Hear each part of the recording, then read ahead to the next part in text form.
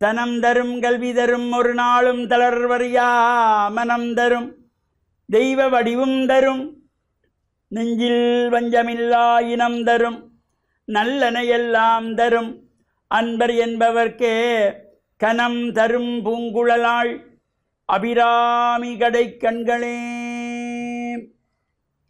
ஓம் நமச்சிவாய. மேன்மைகள் சைவ நீதி விளங்குக உலகமெல்லாம். நோயற்ற வாழ்வே குறைவற்ற செல்வம். அந்த நோய் நொடிகள் இல்லாத வாழ்வு இந்த உலக மக்கள் எல்லோரும் வாழ வேண்டும் என்று கலியுகத்தின் காந்தமலை ஜோதியாகிய சபரிமலை சுவாமி ஐயப்பனுடைய திருவடிகளை சிறந்தாழ்த்தி டான் தமிழொலி ஓம் தொலைக்காட்சி நேயர்கள் அனைவருக்கும் சர்வதேச இந்து மத குருபீடம் அகில இலங்கை சபரிமலை ஸ்ரீ சாஸ்தாபுரத்தின் சார்பில் இனிய வணக்கங்களும் நல்லாசிகளும். என்றும் மங்களகரமான விஸ்வாவசு வருஷம் ஆடி மாதம் 9ஆம் நாள் 25/7/2025 வெள்ளிக்கிழமை. இன்று மலர்ந்திருக்கின்ற இன்றைய பொழுதும் நம் எல்லோருடைய வாழ்விலும் எல்லா விதமான சிறப்புகளும் வெற்றிகளும் கிடைக்க வேண்டும் என்று இறைவனை பிரார்த்தித்து இஷ்ட தெய்வங்கள் குலதெய்வங்கள் பாரம்பரிய தெய்வங்களையும் வழிபட்டு பெற்றோர்கள் பெரியோர்கள் குருவானவர்கள் ஆசிரியர்களையும் வணங்கி அவர்களுடைய அன்பையும் ஆசியையும் பெறுகின்ற பொழுது எந்த நாளுமே நமக்கு நல்ல நாளாக அமையக்கூடியது. இன்று ஆடி மாதத்து 2வது வெள்ளிக்கிழமை, ஆடி வெள்ளி. இந்த ஆடி மாதத்து வெள்ளிக்கிழமையிலே சிவன் ஆலயங்களிலே அம்பாள் ஆலயங்களிலே விசேஷமான அபிஷேகங்கள் ஆராதனைகள் பூஜைகள் வழிபாடுகள் உற்சவங்கள் நடைபெறும். பல இடங்களிலே சங்காபிஷேகங்கள் நடைபெறும். அவ்வாறான இடங்களிலே நாமும் சென்று பிரார்த்தனைகள் செய்வதோடு நம்மால் முடிந்த அபிஷேக திரவியங்கள் பாலோ இளநீரோ பன்னீரோ கொண்டு சென்று கொடுக்கின்ற பொழுது அது அம்பிகைக்கு அபிஷேகம் செய்யப்படுகின்ற பொழுதிலும் எல்லா விதமான நன்மைகளும் நமக்கு வந்து சேருமாம். இந்த அம்பாளுக்கு இந்த ஆடி மாதம் பூராவுமே பொதுவாக கூழ் காய்ச்சி வைத்துக் கொள்வார்கள். இது ஆடி பிறப்புக்கு மட்டும் காய்ச்சுவதல்ல கூழ். ஆடி மாதம் பூராவும் அம்பாளுக்கு கூழ் காய்ச்சி வைக்க வேண்டும். அந்த கொழுக்கட்டையும் கூழும் அம்பாளுக்கு ஒரு நாளும் அதான் நிவேதனம். இந்த ஆடி மாதம் பூராகவும் அம்பாளுக்கு நிவேதனம். அதை சுற்றி வேப்பிலை வைத்துக் கொள்வார்கள். சில இடங்களிலே இந்த கஞ்சி காய்ச்சி வேப்பிலை போட்டுக்கொள்வார்கள். சித்திரை கஞ்சிக்கும் அவ்வாறு செய்து கொள்வார்கள். இந்த ஆடி மாதத்திலும் இவ்வாறு வெள்ளிக்கிழமையிலே செவ்வாய்க்கிழமையிலே அம்பாள் வழிபாடுகள் அவ்வாறு சிறப்போடு கூடியதாக பிரார்த்தனைகள். இந்த ஆடி வெள்ளியிலே பால்குட பவனிகள் அம்பாளுக்கு பால்குடம் எடுத்து அபிஷேகம் செய்வது, தீச்சட்டி ஏந்தி பிரார்த்தனை செய்வது, முடிந்தவர்கள் பொங்கல் வழிபாடுகள் செய்து பிரார்த்தனை செய்து கொள்ளலாம்.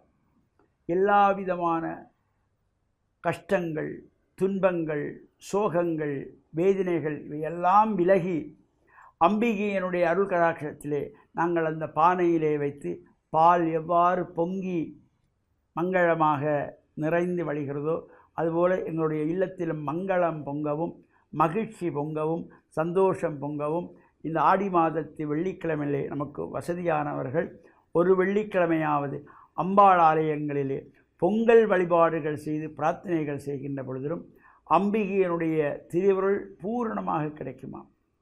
அவ்வாறு கிடைக்கின்ற பொழுது இந்த அம்பாளுடைய அனுக்கிரகம் கிடைத்தால் கிடைக்கன் பார்வை கிடைத்தாலே எல்லா சிறப்புகளும் கிடைக்குமா.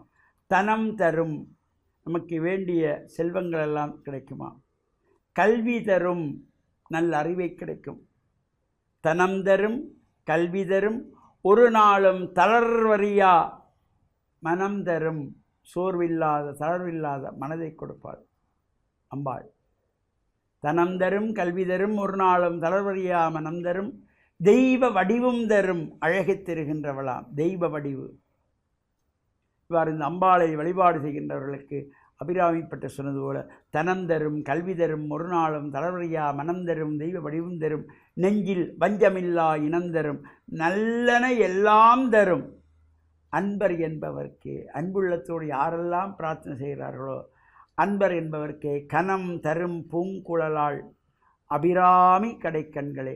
அந்த அம்பிகையினுடைய கடைக்கண் பார்வை நமக்கு கிடைத்தால் வாழ்வில் எல்லா விதமான சிறப்புகளும் கிடைத்து பேரானந்த பெருவாழ்வு வாழ்வதற்கு இந்த ஆடி வெள்ளிக்கிழமையிலே அருகிலே உள்ள அம்பாள் ஆலயங்களிலே சென்று பொங்கல் வழிபாடுகள் செய்து பிரார்த்தனை செய்யலாம். அது முடியாதவர்கள் நம்மால் முடிந்த ஒரு சொம்பு பால் அல்ல ஒரு இளநீர் கொண்டு சென்று அபிஷேகத்து கொடுத்தாலே எல்லா விதமான சிறப்புகளும் பெற்று பேரானந்த பெருவாழ்வு வாழ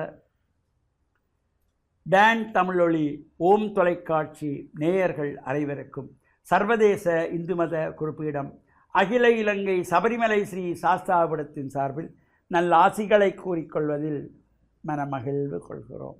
சர்வே ஜனாக சுகினோ பவந்து சமஸ்த சன்மங்களானி சந்து. சுபம்.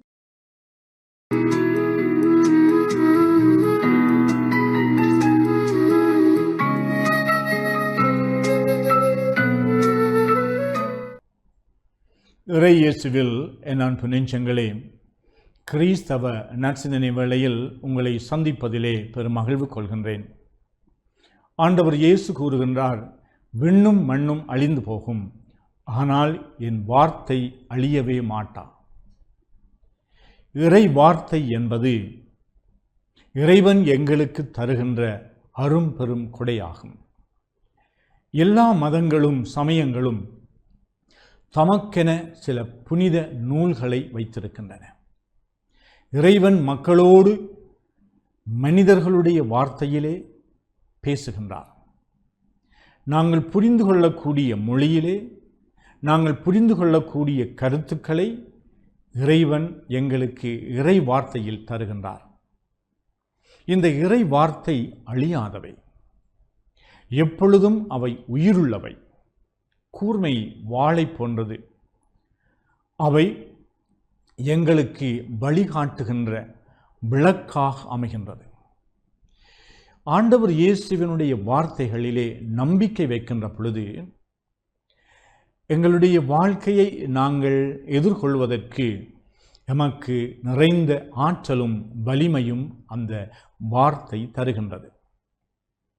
இறைவனுடைய ஞானம் எங்கள் மத்தியிலே பெரும் கொடையாக தரப்பட்டிருக்கின்றது. இந்த இறை வார்த்தையின் வழியாக எத்தனை பேர் நாங்கள் எங்களுடைய சமயம் தருகின்ற இறை வார்த்தையை படிக்கின்றோம், கேட்கின்றோம்.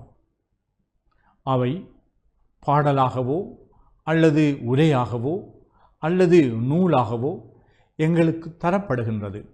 இவற்றை நாங்கள் உன்னிப்பாக கேட்கின்ற பொழுது அவற்றை கேட்டு அமைந்த மனதோடு அதை ஏற்று இறைவன் எனக்கு தருகின்ற உணவாக, இறைவன் தருகின்ற எனக்கு தருகின்ற அருளாக, கொடையாக அவற்றை ஏற்று தியானிப்போம், சிந்திப்போம். இறைவன் என்னோடு பேசுகின்றார், நான் எப்படி வாழ வேண்டுமென்று எனக்கு கற்றுக் கொடுக்கின்றார். இந்த இறை வார்த்தை இந்த வாழ்க்கையை எதிர்கொள்வதற்கு எனக்கு ஆற்றல் தருகின்றது. இந்த இறை வார்த்தையிலே எனக்கு நம்பிக்கை இருக்கின்றதா?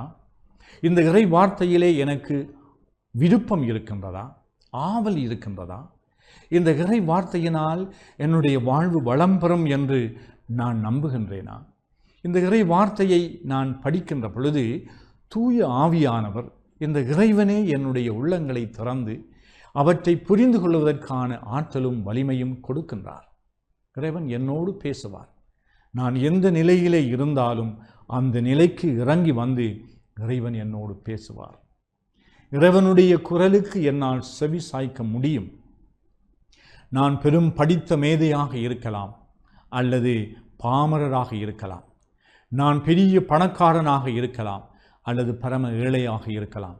ஆனால் இறைவன் எல்லோரோடும் பேசக்கூடிய வல்லமை படைத்தவர். இறை வார்த்தையை விரிப்போம், படிப்போம். இந்த இறை வார்த்தை எனக்கு எதை சொல்லுகின்றது என்ற அந்த செய்தியை கேட்போம். எமக்கு எல்லாம் விளங்காமல் இருந்தாலும் இறைவன் என்னோடு என்ன பேசுகின்றார் என்று மீண்டும் மீண்டும் அந்த இறை வார்த்தையை படிப்பதனூடாக, தியானிப்பதனூடாக இறைவனுடைய பேச்சை என்னால் அதற்கு செவிமடுக்கக்கூடியதாகவும் புரிந்து கொள்ளக்கூடியதாகவும் இறைவன் என்னை உருவாக்குவார். இறைவனுடைய வார்த்தை உயிருள்ளது, அது அழிய மாட்டா. விண்ணும் மண்ணும் அழிந்து போகும், ஆனால் இறை வார்த்தை ஒருபோதுமே அழிய மாட்டான். ஆமென்.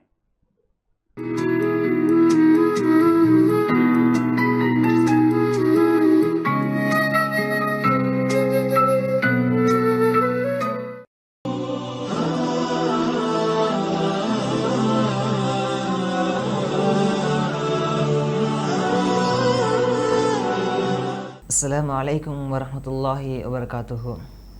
அன்பின் இஸ்லாமிய சகோதரர்களே, ஈமானிய உறவுகளே, இந்த உலகத்திலே அல்லாஹ் ரப்புல் ஆலமீன் எங்களை ஒரு உண்மையான முஸ்லீமாக படைத்ததன் நோக்கம் அவன் சில கடமைகளை எங்களுக்கு கட்டாயமாக்கி இருக்கின்றான்.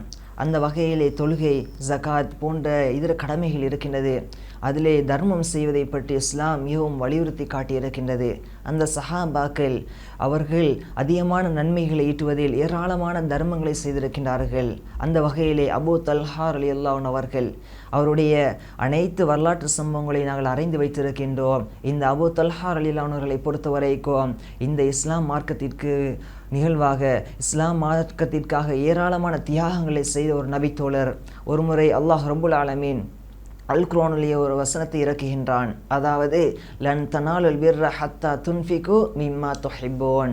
அதாவது உங்களுக்கு இந்த உலகத்திலே மிகவும் விருப்பமான ஒரு செல்வம் இருக்கின்றதே, அந்த செல்வத்தை நீங்கள் என்னுடைய பாதையிலே தர்மம் செய்யாதவரை, என்னுடைய பாதையில் நீங்கள் செலவழிக்காதவரை உண்மையான மோமீனாக மாற முடியாது, பூரணமான நன்மையை நீங்கள் அடைந்து கொள்ள மாட்டீர்கள் என்ற இந்த வசனத்தை கேள்விப்பட்டவுடன் உடனே ஓடோடி வருகின்றார். அல்லாஹ்வினுடைய தூதரே, எனக்கு இந்த உலகத்திலே என்னுடைய குடும்பத்தை விட மிகவும் விருப்பமான ஒரு சொத்து என்றால் பைருஹா என்று சொல்லக்கூடிய மதீனா பள்ளிக்கு முன்னால் இருக்கக்கூடிய அந்த தோட்டம்தான். அந்த தோட்டத்தை பொறுத்த வரைக்கும் திராட்சை கனிகள் நிறைந்த மிகவும் அந்த தோட்டத்தில் இருக்கக்கூடிய கிணற்றில் இருக்கக்கூடிய தண்ணீர் மிகவும் சுவையானது. ஒவ்வொரு நாளும் அல்லாஹ்வினுடைய தூதர் முஹம்மது நபி ஸல்லல்லாஹு அலைஹி வஸல்லம் அவர்கள் அந்த தோட்டத்திற்கு சென்று அந்த கிணற்றில் இருக்கக்கூடிய நீரை அருந்துவது அவருடைய வழக்கமாக இருந்தது. அந்தளவு சிறப்பு மிக்க ஒரு தோட்டம், மிகவும் விலை மதிப்புள்ள அந்த தோட்டம். அந்த அபூ தல்ஹா ரலியல்லாஹு அன்ஹு சொல்கின்றார்கள், அல்லாஹ்வினுடைய தூதரே, எனக்கு இந்த உலகத்திலே மிக மிக விருப்பமானது இந்த பைருஹா என்ற தோட்டம். இதை நான் அல்லாஹ்வினுடைய பாதையிலே தியாகம் செய்கின்றேன், அதை தர்மம் செய்கின்றேன் என்று அபூ தல்ஹா ரலியல்லாஹு அன்ஹு அவர்கள் தர்மம் செய்கின்றார்கள். அதற்கு பின்னால் தர்மம் செய்து முடித்தவுடன் அல்லாஹ்வினுடைய தூதர் ஸல்லல்லாஹு அலைஹி வஸல்லம் சொல்கின்றார்கள், இந்த தோட்டத்தை உங்களுடைய குடும்பத்திற்கும் உங்களுடைய நெருங்கிய உறவினர்களுக்கும் நீங்கள் கொடுங்கள் என்று சொல்லிவிட்டவுடன் தன்னுடைய வீட்டிற்கு போகின்றார். தனக்கு தங்குவதற்கு இடம் கிடையாது, மனைவிக்கு தங்குவதற்கு இடம் கிடையாது. தன்னுடைய வீட்டை அடைகின்றார். வீட்டை அடைந்தவுடன் அந்த நேரத்தில் மனைவி இந்த விடயத்தை கேள்விப்பட்டு விடுகின்றார்கள். அந்த நேரத்தில் அபூ தல்ஹா ரலியல்லாஹு அன்ஹு அவர்கள் போகக்கூடிய நேரம் தன்னுடைய மனைவி கட்டி அணைத்து அந்த நேரத்தில் அபூ தல்ஹா ரலியல்லாஹு அன்ஹு அவர்களை பார்த்து சொல்கின்றார்கள், நீங்கள் மறுமைக்காக சிறந்த ஒரு விளைச்சலை செய்துவிட்டு வந்திருக்கின்றீர்கள், சிறந்த ஒரு விளைச்சலை நீங்கள் செய்துவிட்டு வந்திருக்கின்றீர்கள். இதனுடைய லாபத்தை, இதனுடைய பிரதிபலனை நாங்கள் மறுமையிலே பெற்றுக்கொள்வோம் என்று அந்த மனைவி, அந்த அபூ தல்ஹா ரலியல்லாஹு அன்ஹு அவருடைய மனைவி ஆறுதல் சொல்கின்றார்கள். அன்பின் உறவுகளே, நாங்கள் யோசிக்க வேண்டும். தனக்கு மிகவும் விருப்பமான ஒரு சொத்து, ஒரே ஒரு அல் குர்ஆன் வசனம் இறங்கியது, நீங்கள் பூரணமான நன்மையை அடைந்து கொள்ள வேண்டும் என்றால் நீங்கள் தர்மம் செய்ய வேண்டும். அபூ தல்ஹா ரலியல்லாஹு அன்ஹு என்ன சொன்னார்கள், நான் அடைந்தே தீருவேன், எனக்கு அந்த பூரணமான நன்மை, அந்த சுவர்க்கம் எனக்கு கிடைக்க வேண்டும், உடனே நான் தியாகம் செய்ய வேண்டும், இந்த தோட்டத்தை தர்மம் செய்ய வேண்டும் என்று அந்த அல்லாஹ்வினுடைய அந்த வார்த்தைக்கு அந்த கட்டளைக்கு அவர்கள் உடனே உடன்பட்டார்கள். அந்த மனைவியும் அன்பான முறையிலே வரவேற்றால் நாங்களும் அதிகமாக தர்மங்களை செய்ய வேண்டும். அல்லாஹ்வினுடைய தூதர் ஸல்லல்லாஹு அலைஹி வஸல்லம் அவர்கள் இந்த உலகத்திலே ஏராளமான தர்மங்களை செய்யுமாறு எமக்கு கட்டளையிட்டு இருக்கின்றார்கள். அந்த அபூ தல்ஹா ரலியல்லாஹு அன்ஹு அவர்கள் எனக்கு மிக முக்கியமான ஒரு சொத்து, அதுதான் என்னுடைய வாழ்க்கையை ஓட்டக்கூடியது, எனக்கு உணவு தரக்கூடியது என்று கூட பார்க்கவில்லை. அல்லாஹ் கூறிய அந்த வார்த்தைக்கு நான் கட்டுப்பட வேண்டும். இந்த உலகத்திலே நான் எவ்வளவுக்கு தர்மம் செய்கின்றனோ அது அனைத்தும் எனக்கு மறுமையிலே வெற்றியை தரும், மறுமையிலே சிறந்த கூலியை தரும் என்று அந்த அபூ தல்ஹா ரலியல்லாஹு அன்ஹு அவர்கள் ஆசைப்பட்டு அவர்கள் தர்மம் செய்திருக்கிறார்கள் என்றால் எங்களால் முடியுமான வரைக்கும் ஏராளமான நாங்கள் உதவிகளை நாங்கள் செய்ய வேண்டும். அன்றைய சஹாபாக்களை பொறுத்த வரைக்கும் அபூபக்கர் ரலியல்லாஹு அன்ஹு அவர்கள், உமர் ரலியல்லாஹு அன்ஹு அவர்கள் எந்த அளவுக்கு தர்மம் செய்திருக்கிறார்கள் என்றால், ஒரு யுத்த போர்க்கடனம் அவர்கள் நிகழ்த்தப்பட்டது என்றால் கூறப்பட்டது இருக்கிறது என்றால் உடனே தங்களுடைய வீட்டிலே அன்றைய நாளைக்கு தேவையான உணவை மாத்திரம் வைத்துவிட்டு வீட்டில் இருக்கக்கூடிய அனைத்தையுமே அந்த போருக்காக அவர்கள் தர்மம் செய்திருக்கின்றார்கள். இப்படி ஏராளமான சம்பவங்கள் இருக்கின்றது. அந்த சஹாபாக்கள் ஏன் அவ்வளத்தையும் தியாகம் செய்தார்கள், அவ்வளத்தையும் தர்மம் செய்தார்கள் என்றால் அவர்களுக்கு சுவர்க்கம் முக்கியம். நாங்கள் இந்த உலகத்திலே ₹1 கூட நாங்கள் தர்மம் செய்தால் நாளை மறுமையிலே அது எங்களுக்கு கூலியாக வரும் என்பதை நாங்கள் புரிந்து கொண்டு ஏராளமான தர்மங்களை செய்து இந்த உலகத்தில் நாங்கள் செய்யக்கூடிய ஒவ்வொரு ரூபாய்க்கும் நாளை மறுமையில் அல்லாஹ் ரப்புல் ஆலமீன் பல மடங்கு நன்மைகளை தருவதற்காக காத்து கொண்டிருக்கின்றான். எங்களுடைய இலக்கு அந்த சுவர்க்கமாக இருந்தால் எங்களிடத்தில் இருக்கக்கூடிய எல்லாவற்றையும் ஏழை மக்களுக்கு, இல்லாதவர்களுக்கு நாங்கள் தர்மம் செய்து இந்த தர்மத்தின் மூலம் சுவர்க்கத்தை அடைவதற்கு எல்லாம் உள்ள ரஹ்மான் எங்கள் அனைவருக்கும் உதவி செய்வானாக. அஸ்ஸலாமு அலைக்கும் வரஹ்மத்துல்லாஹி வபரகாத்துஹு.